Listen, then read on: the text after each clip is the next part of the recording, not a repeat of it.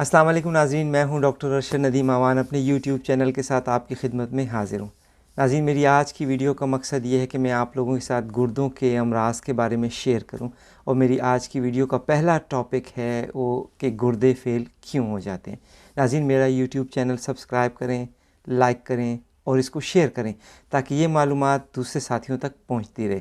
तो आइए देखते हैं कि गुर्दों के फ़ेल होने के क्या वजूहात हैं, उनकी अलामात क्या हैं और उनसे कैसे बचा जा सकता है।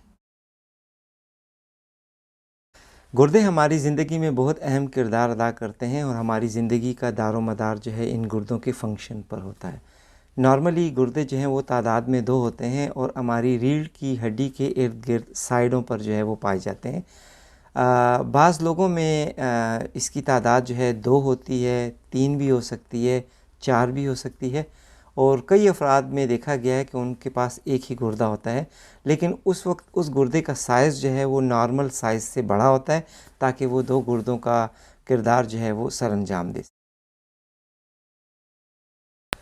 गुर्दे की फ़ेल होने की अलामात जो है उसकी स्टेज पे डिपेंड करती हैं। स्टेज 1 है, स्टेज 2 है, स्टेज 3 है।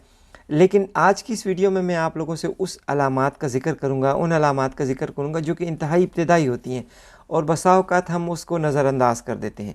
लेकिन अगर उन अलामात को तवज्जो दी जाए तो इस बीमारी का इलाज हो सकता है और हमारे गुर्दे फ़ेल होने से बच सकते हैं। एक अंदाज़े के मुताबिक तकरीबन सालाना 50,000 से ज़ायद लोग जो है गुर्दे की बीमारी में मुब्तला होते हैं, जिसमें अक्सर के गुर्दे जो है वो फ़ेल हो जाते हैं।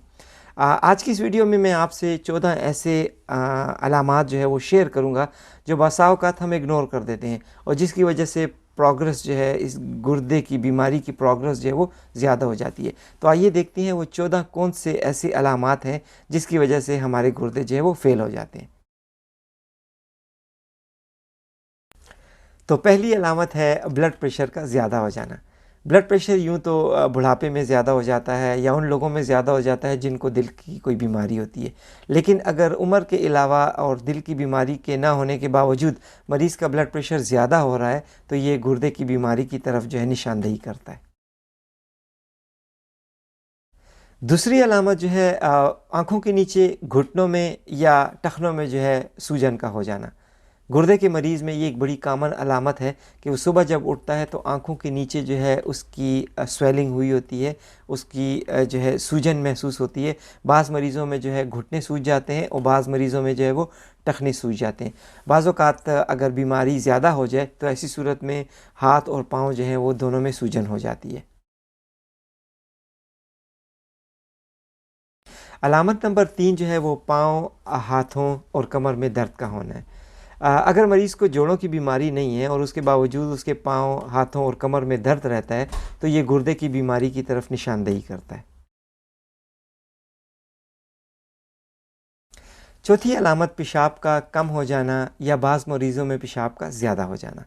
पेशाब जो है वो अक्सर कम हो जाता है गुर्दों के मरीज़ों में, चूँकि गुर्दे का फ़ंक्शन हमारी बॉडी के फ्लूइड को बैलेंस रखना होता है और जैसे ही गुर्दा बीमार होता है या ख़राब होने लगता है तो अपना ये फ़ंक्शन लॉस कर देता है। ऐसी सूरत में मरीज़ का जो है वो पेशाब जो है वो कम हो जाता है।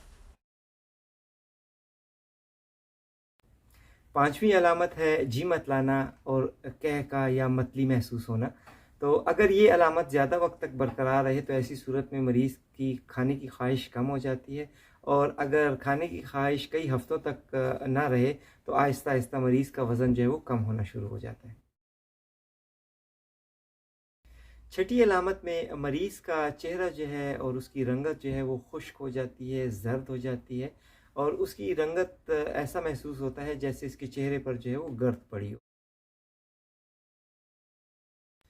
सातवीं अलामत खराटे लेना। नाज़रीन, अगर मरीज़ अचानक खराटे लेना शुरू कर दे तो उसका चेकअप होना बहुत ज़रूरी है, क्योंकि मरीज़ की अलामतों में से एक ये भी अलामत है कि उसने पहले तो खराटे नहीं लिए होते लेकिन अब अचानक से मरीज़ जो है वो खराटे लेना शुरू कर देता है। आठवीं अलामत दिल की धड़कन का तेज़ हो जाना। नाज़रीन, गुर्दे के मरीज़ की दिल की रफ़्तार जो है वो तेज़ हो जाती है। दिल की रफ़्तार के तेज़ होने की कई दीगर अवामिल भी हैं। उन तमाम अवामिल को निकाल कर अगर मरीज़ के दिल की धड़कन फिर भी तेज़ हो तो ये गुर्दे की बीमारी की तरफ निशानदेही करती है। 9वीं अलामत, सांस में बू का महसूस होना और जायके का बदलना। मरीज़ को मेटेलिक बू महसूस होती है और मेटेलिक जायका जो है वो महसूस होता है। 10वीं अलामत, मरीज़ जो है वो बेख़ाबी का शिकार होता है, चूँकि ज़हरीले मवाद जो है वो बदन में जो है वो सर्कुलेट करते रहते हैं, जिसकी वजह से मरीज़ को प्रॉपर तरीके से ज़हनी सुकून नहीं होता और प्रॉपर तरीके से वो नींद नहीं कर सकता, इसलिए उसको जो है बेख़ाबी का मरज़ लाहक हो जाता है। 11वीं अलामत, मरीज़ को मसल्स में अकड़न और ईंठन का एहसास होता है, चूँकि गुर्दे की रिस्पॉन्सिबिलिटी होती है कि वो बॉडी के अंदर इलेक्ट्रोलाइट्स को बैलेंस रख सके। इलेक्ट्रोलाइट के इम्बैलेंस होने की वजह से मरीज़ को अपने मसल्स में खिंचाव का जो है वो एहसास होता है। 12वीं अलामत है खून की कमी, चूँकि ख़ास मख़सूस एंज़ाइम जो है वो गुर्दे सिक्रीट करते हैं, जिसकी वजह से हमारी ब्लड प्रोडक्शन होती है। तो जब गुर्दे ख़राब हो रहे होते हैं तो ये प्रोडक्शन कम हो जाती है, नतीजे में हमारे पास ब्लड का लेवल जो है वो कम हो जाता है, खून में सुर्ख़ ज़र्रात कम हो जाते हैं और मरीज़ को जो है वो अनीमिया की शिकायत होती है। 13वीं अलामत, मरीज़ के सर में दर्द होता है, मरीज़ के तमाम बदन में दर्द होता है और मरीज़ को जो है वो जिस्मानी थकावट महसूस होती है। उसे महसूस होता है कि बतदरीज मेरा वज़न भी कम हो रहा है और मेरी जिस्मानी तवानाई और ताकत जो है वो आहिस्ता आहिस्ता कम हो रही है। और 14वीं अलामत है पेशाब में चिकनाई का होना। मरीज़ महसूस करता है कि उसका पेशाब जो है वो चिकना है और उसमें चिकनाई की मिक़दार जो है वो ज़्यादा हो गई है। लेकिन ये तो वो 14 अलामात थीं जिसकी वजह से हमें शनाख्त होती है कि मरीज़ के जो है वो गुर्दे ख़राब हो रहे हैं या गुर्दे जो हैं फ़ेल हो रहे हैं। तो आइए अब वो देखते हैं कि वो कौन सी वजूहात हैं जिसकी वजह से ये सारी अलामात या निशानियाँ इंसानी बदन में जो है वो ज़ाहिर होना शुरू हो जाती हैं। नाज़रीन, गुर्दे के फ़ेल होने की सबसे बड़ी वजह जो है वो ब्लड प्रेशर का ज़्यादा हो जाना है। वो लोग जो कि ब्लड प्रेशर के आर्ज़े में मुब्तला हैं, उनको चाहिए कि वो अपने ब्लड प्रेशर को रेगुलर मॉनिटर करते रहें। दूसरी बड़ी वजह जो है वो डायबिटीज़ है। डायबिटीज़ जो है वो ब्लड के अंदर अगर शुगर की मिक़दार ज़्यादा हो जाए तो ये आहिस्ता आहिस्ता गुर्दों को जो है वो डैमेज करना शुरू कर देती है।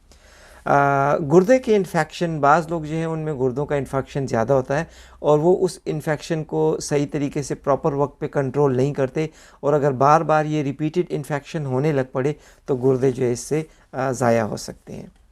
कुछ बीमारियां ऐसी हैं जिनको हम ऑटो इम्यून डिजीज़ कहते हैं, उन बीमारियों की वजह से भी जो है वो गुर्दे फेल होते हैं। कुछ पैदाइशी बीमारियां हैं जिससे हम कहते हैं पॉलीसिस्टिक किडनीज़, बाज़ लोगों में पॉलीसिस्टिक किडनीज़ होती हैं, उनका रेगुलर चेकअप होना जो है वो ज़रूरी है ताकि बॉडी का ताकि किडनीज़ का फंक्शन जो है वो प्रॉपर तरीके से मॉनिटर किया जाए। एक और वजह जो कि बड़ी कॉमन है हमारे सोसाइटी में, हमारे माशरे में, वो है एनाल्जेसिक का इस्तेमाल, बल्कि मैं ये कहूँगा एनाल्जेसिक का बेतहाशा इस्तेमाल। हम दर्दों की दवाई जो है बिल्कुल उसको टॉफ़ियों की तरह खाते हैं कि ताकि ये हमारे दर्द दूर हो जाए। तो नाज़रीन, ये याद रखिएगा कि दर्दों की दवाई जो है उसके सबसे पहला बुरा इफ़ेक्ट जो है वो गुर्दे पर होता है और अगर मुसलसल और ज़्यादा मिक़दार में दर्दों की दवाई खाई जाए तो गुर्दे जो है वो फेलियर हो सकते हैं। इसके साथ साथ हम देखते हैं कि विटामिन डी, अगर विटामिन डी टॉक्सिसिटी जिसे कहा जाता है, अगर विटामिन डी का मिक़दार जो है वो भी बॉडी के अंदर ज़्यादा हो जाए तो या हम उसको विटामिन डी को ज़्यादा लेना शुरू कर दें तो वो भी गुर्दे पे जो है वो इंतहाई बुरा इफ़ेक्ट डालती है। बाज़ लोग जो हैं वो विटामिन्स की टैबलेट जो हैं वो मुसलसल और रेगुलर इस्तेमाल करते हैं। तो नाज़रीन, जितनी भी दवाई है वो हमारे गुर्दे से गुज़रती है और जो कि हमारे गुर्दे की सेहत के लिए मुनासिब नहीं होती, गुर्दा उससे बिल्कुल खुश नहीं होता और गुर्दे को जो है इंतहाई ख़तरा होता है और उससे गुर्दा डैमेज हो सकता है। गुर्दे की बीमारी की वजूहात और उसकी अलामात के बाद मैं आप लोगों से ये शेयर करना चाहूँगा कि इसकी रोकथाम कैसे की जाए और इससे कैसे बचा जाए। तो सबसे पहले नाज़रीन, आप लोग जो है किसी मुस्तनद डॉक्टर से कंसल्ट करें जो कि माहिर हो गुर्दे के अमराज़ में, ताकि वो आपको प्रॉपर तरीके से एडवाइस दे सके, प्रॉपर तरीके से आपकी ट्रीटमेंट कर सके। मैं दूसरे मकाम पे आपको ये कहूँगा कि हर किसी की कही सुनी बातों पर या उसकी दवाई पर जो है वो आप डिपेंड ना करें। बाज़ औक़ात हम देखते हैं हमारे माशरे में, हम कहीं पे भी जाते हैं तो कहते हैं मुझे गुर्दे की बीमारी थी, मैंने ये वाला पलता इस्तेमाल की, इससे मैं ठीक हो गई या इससे मैं ठीक हो गया। तो आप प्लीज़ ये दवाई ले लें और स्टोर से जाके ख़रीद लें। तो प्लीज़ आप सेल्फ़ मेडिकेशन ना करें, काउंटर मेडिसिन आप जाके ना लें। आप जाके काउंटर पे मेडिसिन ले लेते हैं, वो इस्तेमाल कर लेते हैं, वो आपको सेहत नहीं देती बल्कि वो मज़ीद आपकी सेहत में बिगाड़ पैदा करती है। और तीसरी बड़ी बात जो मैं ख़ुसूसन आपसे कहूँगा कि आप कभी भी इंटरनेट की जो सर्चेज़ हैं, मुख्तलिफ़ सर्च इंजन है, आप उससे कभी भी डायग्नोसिस ना लें। वो सर्च इंजन जो है वो हाईली क्वालिफाइड लोगों के लिए होते हैं, वो उनसे अपने पॉइंट को निकाल सकते हैं और अंदाज़ा लगा सकते हैं। वो आम फहम समझ में आने वाली चीज़ नहीं होती, लिहाजा आप इस चीज़ को अवॉइड करें ताकि आप अपने आप को ज़हनी स्ट्रेस या दबाव का शिकार ना कर दें। और उसके साथ साथ जो है मैं आपसे ये बात करना चाहूँगा कि सबसे बड़ी और इम्पॉर्टेंट चीज़ गुर्दे की बीमारी में जो उसका इलाज है वो ये है कि आप पानी का इस्तेमाल ज़्यादा करें। आप हेल्दी बीइंग की हैसियत से हर वक्त कोशिश करें कि पानी का ज़्यादा इस्तेमाल करते हैं। मैं ख़ुसूसन ख़वातीन से ये रिक्वेस्ट करूँगा, क्योंकि ख़वातीन कुछ वजूहात की बुनियाद पर या वो महसूस करती हैं वो काम काज वाली हैं या उन्होंने किसी ऑफ़िस में काम करना है या दफ्तर में काम करना है, तो वो इस तमाम इन्वायरमेंट में पानी इसलिए कम पीती हैं कि उनको बाथरूम जाना पड़ेगा, टॉयलेट अटेंड करना पड़ेगा, तो बार बार आते जाते रहना उनको शर्मिंदगी होती है। तो काइंडली इस चीज़ को अवॉइड करें। मैं जनरल कम्युनिटी से भी ये रिक्वेस्ट करूँगा और पब्लिक से भी ये रिक्वेस्ट करूँगा कि कुछ चीज़ें ऐसी होती हैं जो हेल्थ से रिलेटेड होती हैं।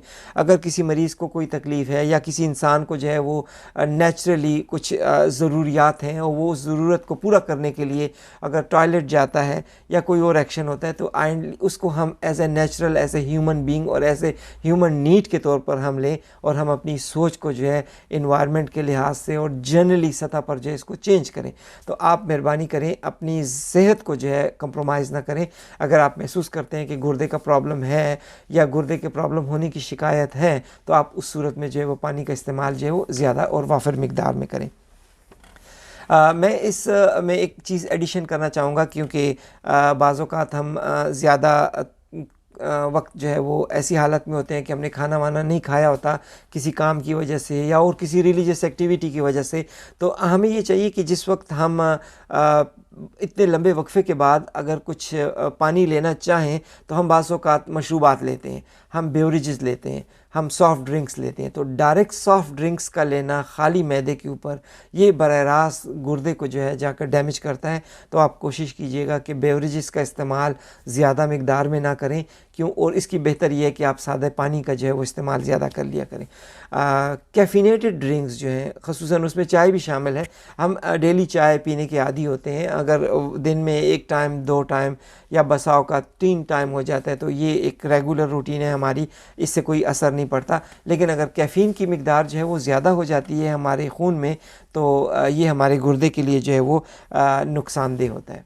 और पानी पीने का सबसे बेहतरीन तरीका यही है कि हम इस्लामी तरीक़े को अपनाएं और इस्लाम के जो बताए हुए तरीक़े हैं पानी पीने के, जो आदाब हैं, अगर हम उसके मुताबिक पानी पिएं खाने के दौरान, तो वो हमें किसी किस्म का कोई नुकसान नहीं पहुंचाते, बल्कि हमारी सेहत के लिए इंतहाई बेहतरीन होता है।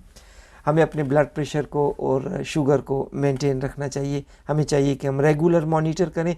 हमें चाहिए कि हम अपने इनपुट आउटपुट को देखें, हमने कितना मीठा लेना है, कितना नहीं लेना, ताकि हम एक कंट्रोल रख सकें। हमें अपने ब्लड प्रेशर पे कंट्रोल रखना ज़रूरी होता है। वो कौन से फैक्टर हैं जो ब्लड प्रेशर को इंक्रीज़ करते हैं, हमें उसको मॉनिटर करना चाहिए ताकि हमारी वो मॉनिटरिंग में रहे और हम अपने ब्लड प्रेशर को कंट्रोल कर सकें। सबसे बेहतरीन तरीका ये है कि आप रेगुलर वॉक करें। अगर आप रेगुलर वॉक करते हैं, इससे हमारे जिस्म के तमाम आज़ा जो है वो मुतहर्रिक रहते हैं, हमारा जिस्म का जो है वो फंक्शन जो है वो प्रॉपर तरीके से रहता है और हमारा ब्लड प्रेशर रेगुलेट रहता है, हमारा ब्लड शुगर जो है वो प्रॉपर तरीके से रेगुलेट रहता है। चिकनाई की चीज़ें यकीनन ये किसी भी सूरत में कोई भी डॉक्टर, कोई भी जो है क्वालिफाइड पर्सनल आपको इस चीज़ की एडवाइस नहीं करेगा कि आप चिकनाई की चीज़ें ज़्यादा लें। चिकनाई की चीज़ें जो हैं वो मोटापे के साथ साथ आपको बहुत सारी बीमारियों का भी शिकार कर देती हैं और आप बहुत सारी बीमारियों में मुब्तला हो जाते हैं। मैं यकीन रखता हूँ कि मेरी आज की मालूमात से कुछ साथी, कुछ लोग ज़रूर मुस्तफ़ीद होंगे। और जो इलाज और परहेज़ बताया गया है इस वीडियो में, आप उसको यकीनन अपनी डेली प्रैक्टिस में लाएंगे और इस वीडियो को लोगों के साथ इसलिए शेयर करेंगे ताकि ये इन्फॉर्मेशन दूसरों तक पहुंच सके और दूसरे जो है इससे फ़ायदा उठा सकेंगे। मेरी वीडियो देखते रहिएगा। इजाज़त चाहता हूँ। अल्लाह ने के बाद।